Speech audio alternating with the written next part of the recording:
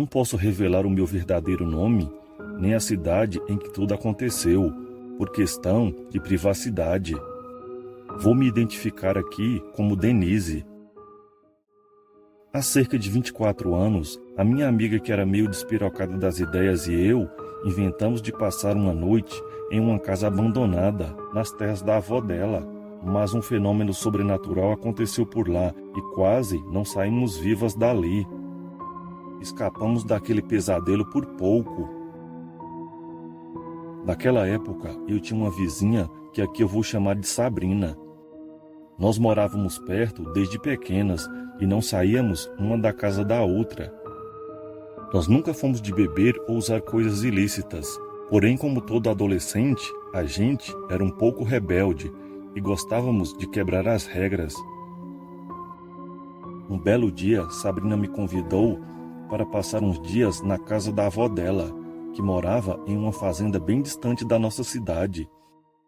Como eu estava no meio das férias escolares, minha mãe não colocou empecilhos e liberou a minha ida. Quando chegamos na fazenda, fomos recebidas pela avó de Sabrina.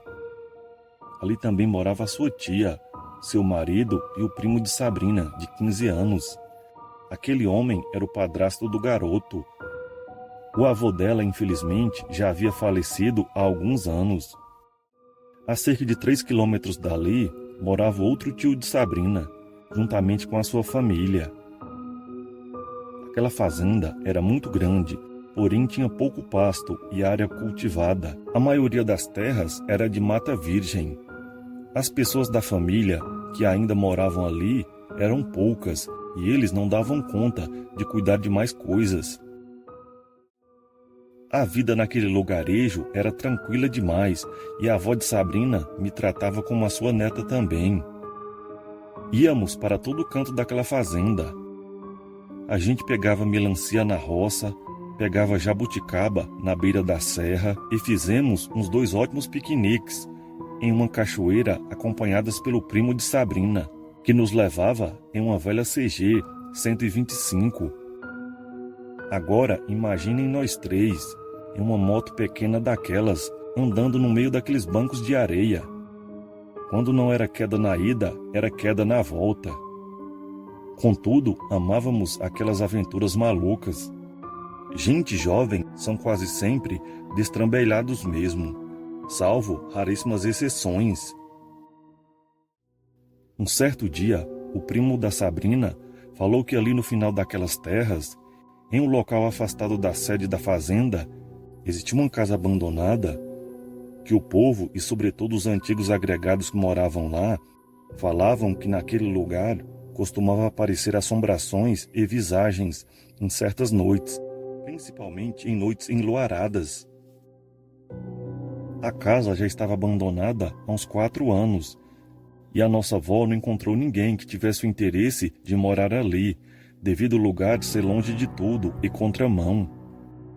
A estrada só ia até a antiga casa e parava por ali mesmo, não tendo outra saída para outro lugar. A gente ouviu o garoto falar a história do lugar e já nos olhávamos, imaginando a gente passando uma noite em um local tão sombrio como esse. Quando éramos mais moças, a gente achava o máximo esse tipo de atividade. Nós 2 acreditávamos no sobrenatural, mas não tínhamos medo dessas coisas, sobretudo a doida da Sabrina. O mais curioso é que enquanto tem gente que morre de medo do sobrenatural, outras pessoas nem se importam. É algo inexplicável. Sabrina pediu autorização para sua avó para nós 2 podermos visitar e dormir no tal lugar, só que ela não permitiu. A avó falou que não tinha perigo de ladrão e nem nada, e que por aqueles lados para morrer só se fosse de fome. Mas apesar do lugar ser tranquilo, não era de bom tom 2 moças passarem a noite em um local tão afastado. Vai que uma cobra morde uma das 2 ou alguma de vocês adoece. A quem vão pedir ajuda? Vocês estão procurando chifre na cabeça de cavalo.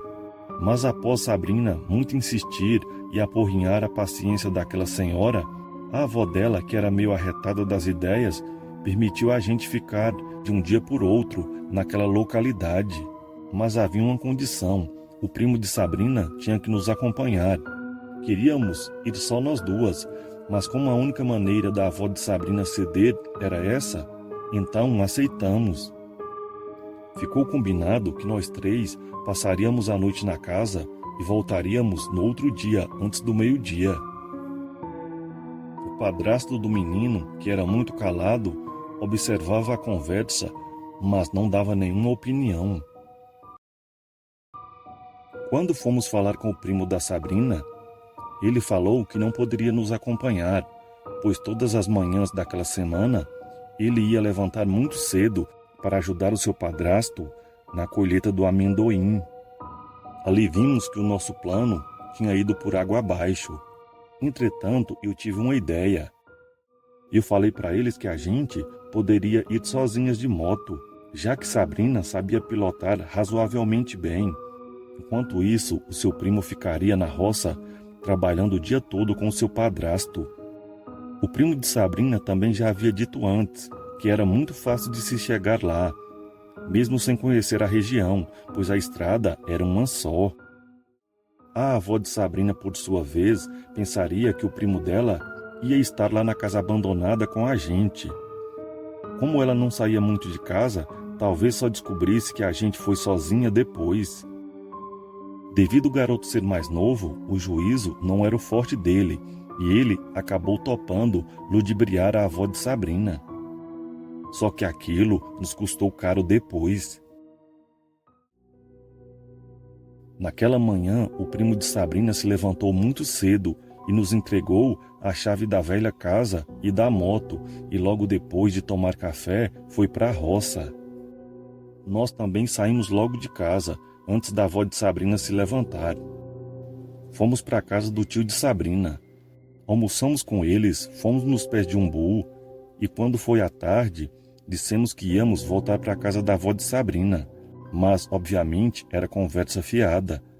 Saímos dali diretamente em direção da velha casa. Creio que a casa ficava uns 6-7 quilômetros dali. Foi fácil de encontrar a casa e logo chegamos lá. Observando a casa por fora, aquela antiga moradia não parecia nada assustadora. As pesadas portas e janelas estavam em ótimas condições e eram de jatobá, conforme soubemos posteriormente. Quando abrimos a casa, nós nos decepcionamos, pois lá dentro também não tinha nada demais, nada de assustador. Antes de cair a noite, fizemos uma fogueira na frente da casa, com um pesado pedaço de madeira, e ficamos por ali, assando uns pedaços de queijo que a gente tinha levado na mochila. Apesar de nada de sobrenatural e assustador ter acontecido, mesmo assim, era muito legal ficar por ali, relembrando das fofocas e tretas da escola. Quando deu mais tarde, já estávamos cansadas daquele longo dia. Aí, armamos as nossas redes dentro da casa, com o auxílio de umas cordas improvisadas. O tempo estava um pouco frio, aí trancamos a casa toda. Mesmo cansadas, não dormimos logo e ficamos até ali mais tarde, papeando numa boa. Nada de sobrenatural havia acontecido e lá pelas 10 da noite nós dormimos. Naquela noite, nenhum fantasma deu as caras por ali. Entretanto, o que apareceu ali depois era muito pior. Já era madrugada quando fomos acordadas com algo pisando nas folhas ao redor da casa. Na mesma hora, um insuportável cheiro de coisa podre impregnou no ar. A princípio, nós não nos assustamos, pois achávamos que fosse algum animal nativo ali da região, como uma jaguatirica ou um gato do mato. Mas de repente, o que estava lá fora começou a fazer uns sons desconhecidos e muito feios. O animal também deu diversas voltas ao redor da casa. A respiração do bicho que estava lá fora era muito pesada e tinha um chiado muito esquisito. Nessa hora, a nossa marra foi mudando da água para o vinho. E foi aí que resolvemos dar uma olhada lá fora, para ver o que estava lá. Abrimos a janela da sala com muito cuidado e o que vimos lá fora nos deixou aterrorizadas. Vimos que um pouco depois da fogueira havia uma besta peluda e muito alta, olhando para o céu. O corpo do estranho animal parecia o corpo de um gorila, porém aquela fera era muito maior. A cabeça daquele monstro parecia a cabeça de um pastor alemão. Porém, aquilo também tinha umas feições humanas. Aquela criatura humanoide era simplesmente bizarra. Na hora, eu não suportei o terror e acabei gritando, o que chamou a atenção daquele ser abominável. O olhar daquela besta era totalmente demoníaco. Imediatamente, aquilo veio correndo e, no desespero, fechamos a janela. O monstro se chocou fortemente contra a porta, o que causou um grande barulho. Se fosse de uma madeira qualquer, aquela porta teria caído na hora. Naquele momento, eu não parava de gritar. Sabrina também estava extremamente assustada e dava para ouvir os seus soluços e seu choro. Naquela hora, a coragem de nós duas tinha ido para o beleléu. Aquele monstro ainda se jogou contra a porta da sala mais umas 10 vezes, mas, inexplicavelmente, a porta se manteve intacta. Além da fechadura, aquela porta tinha mais 2 ferrolhos, um em cima e outro embaixo. Em seguida, aquela besta correu para a porta dos fundos e continuou com aquela violência bestial. Porém, a porta da cozinha era igualmente reforçada. Pelo jeito, não era a primeira vez que aquela fera atacava aquela casa, pois nem a casa da avó de Sabrina tinha as portas e janelas tão reforçadas. Na hora eu pensei que talvez os antigos moradores dali tinham ido embora por causa daquela fera diabólica. Aquela coisa se jogou umas 3, 4 vezes contra a porta dos fundos, mas como a porta resistiu, aquilo parou as suas investidas. Aquele monstro ficou arrodeando a casa e rosnando com muita raiva aquele restante de noite. Lá pelas 5:30 da manhã, a tal besta deu um uivo muito alto e saiu correndo pela estrada. Nós choramos abraçadas e um pouco mais aliviadas. Só tivemos coragem de abrir a janela lá pelas 9 da manhã. Quando vimos que a barra estava limpa, montamos na moto e saímos dali a toda velocidade. Ao chegar na casa da avó da Sabrina, aquela senhora estava bem lá na frente. Ela havia descoberto que tínhamos mentido para ela e tínhamos ido para a casa abandonada sozinhas. A velha nos deu uma merecida bronca daquelas. Contamos a todos o que aconteceu durante a noite e todo mundo acreditou na gente. O mais estranho foi a fala do padrasto do primo da Sabrina. Aquele homem que era sempre calado falou: "Isso é para as mocinhas aprenderem a não mentir. Tiveram foi sorte. Não é sempre que você vê o bicho-papão nessas noites que você consegue voltar inteiro para casa. Esses seres amaldiçoados que rondam à noite gostam de uma carne nova e macia", falou aquele homem em tom de escárnio e deboche. Ontem à noite saí para caçar paca e ainda bem que não vi nada. Aquele homem falou aquilo dando uma inesperada gargalhada sinistra. Depois daquilo, nem quisemos ficar mais dias naquela maravilhosa fazenda. O primo de Sabrina nos levou de charrete até a rodoviária e nunca mais voltamos ali. Até hoje Sabrina e eu somos grandes amigas e sempre suspeitamos que talvez o padrasto do primo dela seja aquele monstro. Mas são só suspeitas, pois nada nunca foi provado.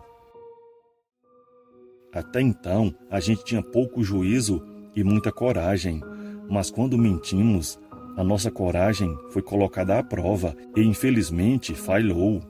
Boa noite.